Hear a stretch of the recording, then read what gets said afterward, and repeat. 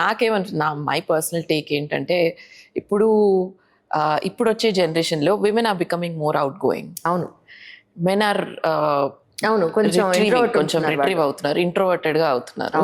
ఇదంతా కూడా మళ్ళీ it will come back to అవును అంటే మెన్ ఎలా ఉండాలి, ఇట్స్ సైకిల్ కదా. సో మళ్ళీ అటు తిరిగి ఇటు తిరిగి మెన్ ఇలా ఉండాలి, ఉమెన్ ఇలా ఉండాలి అని చెప్పి అది రాకుండా will evolve in a very nice way అనేది నాకు అనిపిస్తోంది అనమాట.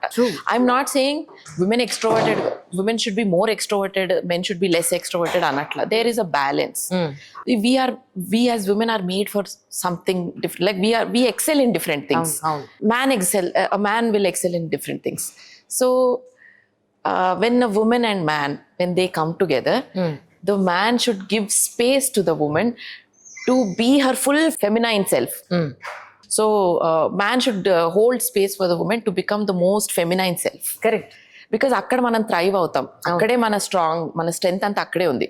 And we should hold space for the man to be his more masculine self. Masculine అంటే what is masculine? It's not about నువ్వు అక్కడ కూర్చొని ఎక్కడ ఉండు, నాట్ అలా కాదు. మాస్కులిన్ అంటే you are the provider, you are the protector. So he thrives in that space. Exactly. And we become the nurturing person in the household. ఈ రెండు ఎనర్జీస్ బ్యాలెన్స్ అవుతే the house will be a great male ఎందుకు పుట్టించాడు, female ఎందుకు పుట్టించాడు, వాళ్ళ nature ఏంటి, వీళ్ళ నేచర్ ఏంటి, వీళ్ళు ఏం చేయగలుగుతున్నారు, వీళ్ళ స్ట్రెంగ్త్ ఏంటి, వాళ్ళ వీక్నెస్ ఏంటి, ఇది అర్థం చేసుకున్నప్పుడు రెండు కళ్ళు మనిషికి పెద్దవాళ్ళు చెప్పినట్టు రెండు ఎడ్లు సంసారానికి అని అనుకున్నప్పుడు దాని ఎగ్జాక్ట్ గా కనుక అర్థమైతే అసలు అక్కడ గొడవలే రావనిపిస్తుంది నాకు. కరెక్ట్. అంటే ఎవరి స్పేస్ వాళ్ళు తెలుసుకొని మన స్ట్రెంగ్త్ ఎక్కడుంది, మనం ఏం చేయగలం అని తెలుసుకొని you do what you have to. అంతే తప్ప ఐఎమ్ నాట్ సేయింగ్ నువ్వు అది చేస్తున్నావు నేను ఇది చేయాలి, లేకపోతే నువ్వు ఎందుకు ఇది చేస్తున్నావు సో నేను ఎందుకు ఇది చేయకూడదు. It's not that. Correct. So చాలా మంది ఫెమినిజం అంటే కూడా చాలా మంది కన్ఫ్యూజన్ వచ్చేదే ఇక్కడ.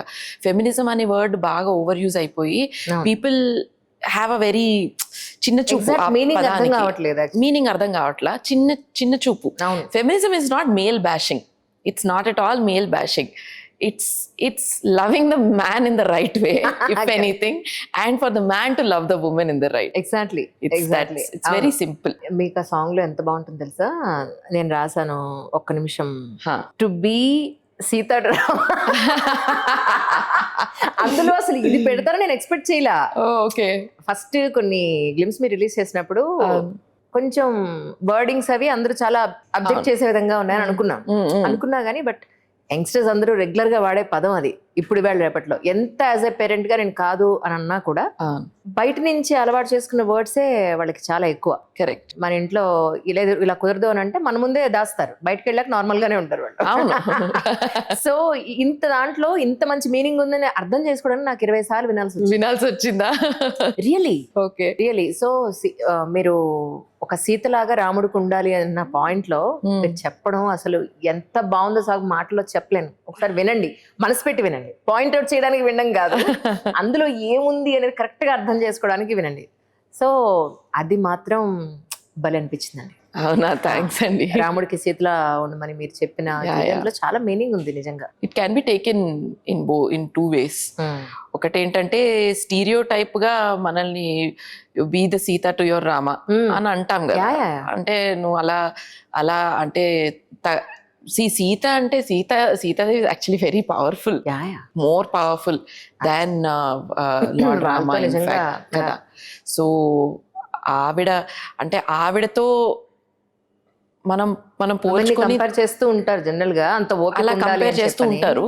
కాకపోతే public understanding of what Sita is అనేది చాలా డిఫరెంట్ గా ఉంటుంది. అంటే అవును, ఒదిగి అణిగిమణిగి ఉండడం. ఎండ్ ఆఫ్ ది డే నువ్వు చాకలాడుతూ నువ్వు ఇలా అని అన్నప్పుడు సింపుల్ గా భూదేవిని ప్రే చేస్తే, తల్లిని ప్రే చేస్తే వెళ్ళిపోతుంది. నాకేం అక్కర్లేదు నాయన, నా ప్యూరిటీ నా దగ్గరే ఉందని వెళ్ళిపోతుంది.